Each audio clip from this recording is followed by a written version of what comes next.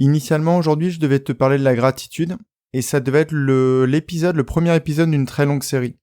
Mais je me suis dit que ça serait quand même plus souhaitable d'introduire cette série.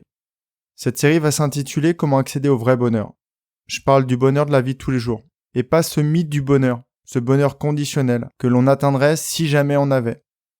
Rappelle-toi, c'est l'idée de profiter du chemin orné de diamants, dont on avait parlé dans Le moine qui vendit sa Ferrari.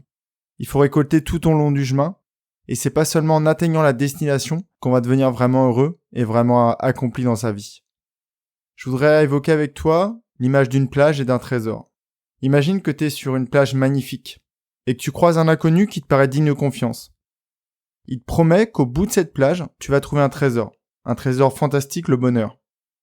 Malheureusement, ce trésor, tu ne sais pas ce qu'il contient. Est-ce que c'est un bonheur qui te conviendra ou est-ce que c'est un bonheur un peu plus sociétal ? Mais au lieu de continuer de ramasser les coquillages ou de profiter d'un petit bain de soleil, tu décides donc de marcher sur le bout de la plage pour y accéder. Tu commences à marcher, tu vois de magnifiques crustacés mais tu n'y prêtes pas attention. Un peu plus tard sur le chemin, tu sens une sorte d'épuisement, très important, et tu dois faire une pause pour récupérer. Malheureusement, cette pause dure beaucoup plus longtemps que prévu, et tu mets beaucoup plus de temps à récupérer tes forces, que tu n'aurais pas perdu si tu t'étais alimenté de ces succulents crustacés que tu avais croisés précédemment. Tu repars mais rapidement, tu es à nouveau stoppé. Une tempête se lève et tu ne peux plus progresser. Tu es prêt à abandonner quand un éclairci te rassure. Tu aurais aimé écouter les conseils de cet inconnu qui t'avait prévenu de ses dangers. Mais tu étais trop omnibulé par le trésor dont il t'avait parlé. Si tu avais ouvert les yeux, tu aurais pu aussi noter ce canot sur la plage, qui t'aurait peut-être fait gagner un temps précieux, et qui au passage aurait pu t'offrir un périple côtier fort agréable.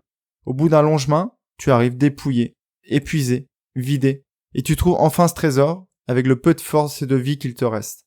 Tu l'ouvres péniblement et tu n'y trouves qu'un simple bout de papier, sur lequel il est marqué « J'espère que tu as profité de tout le bonheur que la vie t'a offert sur le chemin. » Et là, malheureusement, tu t'effondres. Si tu écoutes mon podcast depuis quelque temps maintenant, tu sais que ce bonheur parfait n'existe pas. C'est un mythe. Tu sais aussi qu'il faut mieux profiter des beaux palmiers qui sont offerts à toi, des coquillages ou des beaux animaux que tu auras pu croiser sur cette plage. Et tu sais aussi que malheureusement, beaucoup de personnes ne parviendront jamais à ce sentiment de bonheur. Car en fait, ils se trompent pour définir leurs priorités, faute de croyance, ou encore faute de prise de conscience. Dans l'épisode d'aujourd'hui, je vais donc t'introduire cette série et je vais te parler de psychologie positive. Je vais te parler aussi de la définition du bonheur, de son évaluation, et surtout, je te présenterai l'état d'esprit dans lequel tu dois être avant d'écouter cette série. Salut à toi, tu es sur le podcast Dépasse-toi. Je suis Sylvain Viens et je partage avec toi toutes les connaissances et les outils que j'ai acquis à travers de nombreuses lectures, réflexions et expérimentations en tout genre. À la fin de cet épisode, tu ne seras pas plus riche financièrement, ni plus beau ou plus belle physiquement, mais je peux te promettre que tu auras appris quelque chose qui te servira dans la vie de tous les jours. Tous les mardis, à 6h30, je te proposerai un épisode qui te permettra de gérer au mieux les difficultés que tu traverses, ou au contraire de profiter au mieux des opportunités qui s'offrent à toi. Je te propose aussi de t'abonner à la newsletter, car c'est dans celle-ci que j'irai encore plus loin avec toi. Aujourd'hui, je ne peux pas te parler de psychologie positive si je n'aborde pas la psychologie classique, qui analysait tous les comportements déviants, toutes les pathologies ou tous les troubles mentaux dont souffrait l'homme. En 2000, une nouvelle psychologie naissait, c'était la psychologie positive. Et elle, contrairement à la psychologie classique, elle décidait de s'intéresser à l'étude des composantes d'une vie heureuse.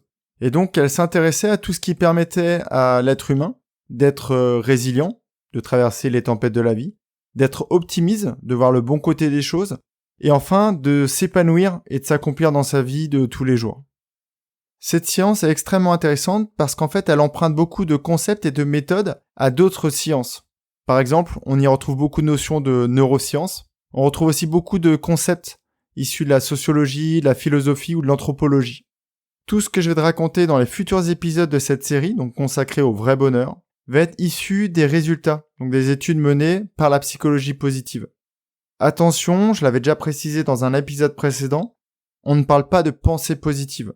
Ces pensées positives, ce courant de pensée positive, c'est surtout focalisé sur l'optimisme et souvent de manière assez irréaliste. Alors que tu vas voir que la psychologie positive, c'est beaucoup plus concret et ça permet vraiment de proposer des outils très simples à mettre en place.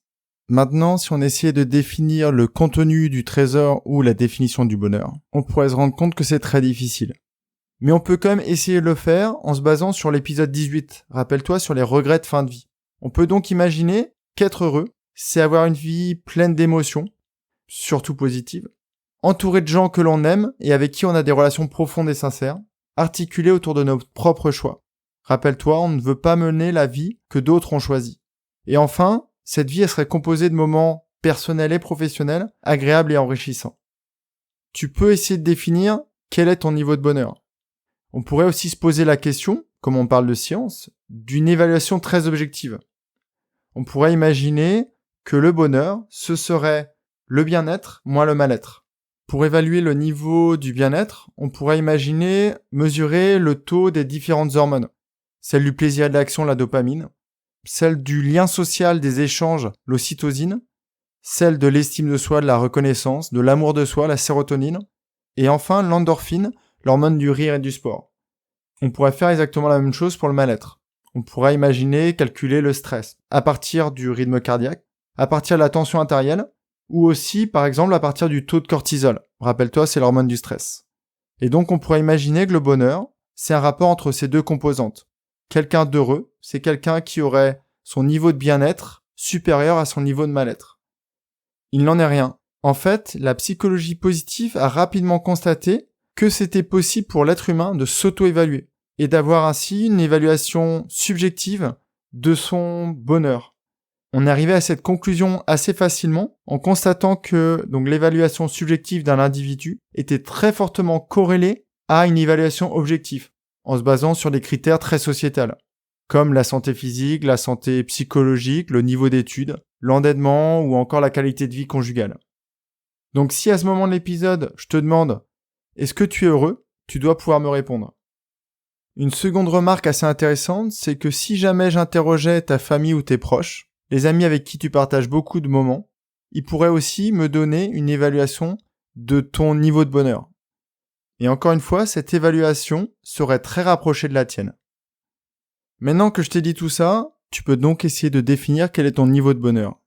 Je sais que c'est pas forcément une question qu'on a envie de se poser tous les jours, mais encore une fois, si tu m'écoutes, tu sais que le déni, ça n'arrange rien et ça fait pas avancer. Si aujourd'hui j'ose te poser la question, c'est parce que dans les épisodes qui vont arriver, dans la série que je vais te proposer, tu vas avoir accès à plein d'outils et plein d'axes de réflexion qui vont te permettre d'améliorer ce niveau de bonheur. Dans cette série d'épisodes, je vais donc faire mon maximum, et tu peux compter sur mon envie et mon désir de le faire, de te permettre de profiter au mieux de la plage. Je vais donc te proposer des axes de réflexion qui vont te permettre d'identifier tous les obstacles et tous les facilitateurs à la recherche du bonheur. Concrètement, à la fin de cette écoute, tu seras capable d'identifier tous les comportements ou les bonnes habitudes à mettre en place pour améliorer ton niveau d'épanouissement ou d'accomplissement de toi. Avant de retourner sur la plage, j'aimerais juste que tu fasses quelque chose, c'est que tu t'inscrives à la newsletter, parce que tu vas voir que c'est dans celle-ci que je te proposerai un maximum d'exercices. Et surtout, dès jeudi, je vais t'envoyer un mini questionnaire qui te permettra de t'auto-évaluer. Logiquement, d'après ce que je t'ai dit, il te permettra de confirmer la sensation que tu as sur ton niveau de bonheur. Est-ce que tu es déprimé aujourd'hui ? Est-ce que tu es malheureux ? Est-ce que tu es un peu heureux ? Est-ce que tu es très heureux ? Ou au contraire, la vie que tu as aujourd'hui, c'est la vie dont tu rêvais. Avant de conclure cet épisode d'introduction, je voulais juste te préciser certaines choses.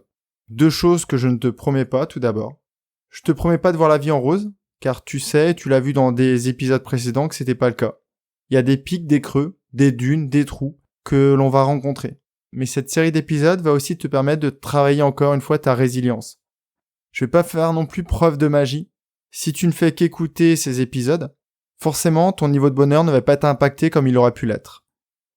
Et pour vraiment finir cette fois-ci, je voulais te parler de l'état d'esprit. Tu dois être encore une fois dans une envie de changer, d'évoluer. Si jamais c'est pas le cas, je te conseille de retourner écouter les épisodes 13 et 14 sur le changement. Tu dois être aussi convaincu que tous les éléments que je vais t'expliquer sont appuyés sur des résultats d'études de psychologie positive. Malheureusement, je pourrais pas rentrer dans le détail de toutes ces études. Parce que je vais essayer de garder l'essentiel et je vais essayer de les synthétiser. Et surtout parce que j'ai pas envie de faire de toi un étudiant, mais plutôt un pratiquant. Et enfin, le dernier caractéristique que doit avoir ton état d'esprit, c'est que tu es convaincu que ton score du bonheur peut évoluer. Je ne vais pas spoiler les épisodes suivants, mais je peux quand même te donner certains thèmes. On va parler de dépendance affective, on va parler de pleine conscience, on va parler de lâcher prise, de supériorité, d'amour de soi, de matérialisme, de self-compassion et de plein d'autres termes de cet ordre. Le sujet est extrêmement riche et la série s'annonce longue. C'est pour ça que souvent, je vais entrecouper d'autres thèmes qui seront peut-être un peu plus légers mais tout aussi importants. J'espère que tu as bien saisi que la newsletter, qui n'est qu'optionnelle, va vraiment être hyper importante dans le cadre de cette série d'épisodes. Si ce sujet t'intéresse vraiment, je te conseille de te rendre sur mon site sylvainviens.com/newsletter et tu pourras t'y abonner. En attendant le prochain épisode, n'hésite pas à convier certains de tes amis ou certains de tes proches à venir se balader sur la plage avec nous. Je te dis à très vite pour le prochain épisode. Prends bien soin de toi et passe une très belle journée.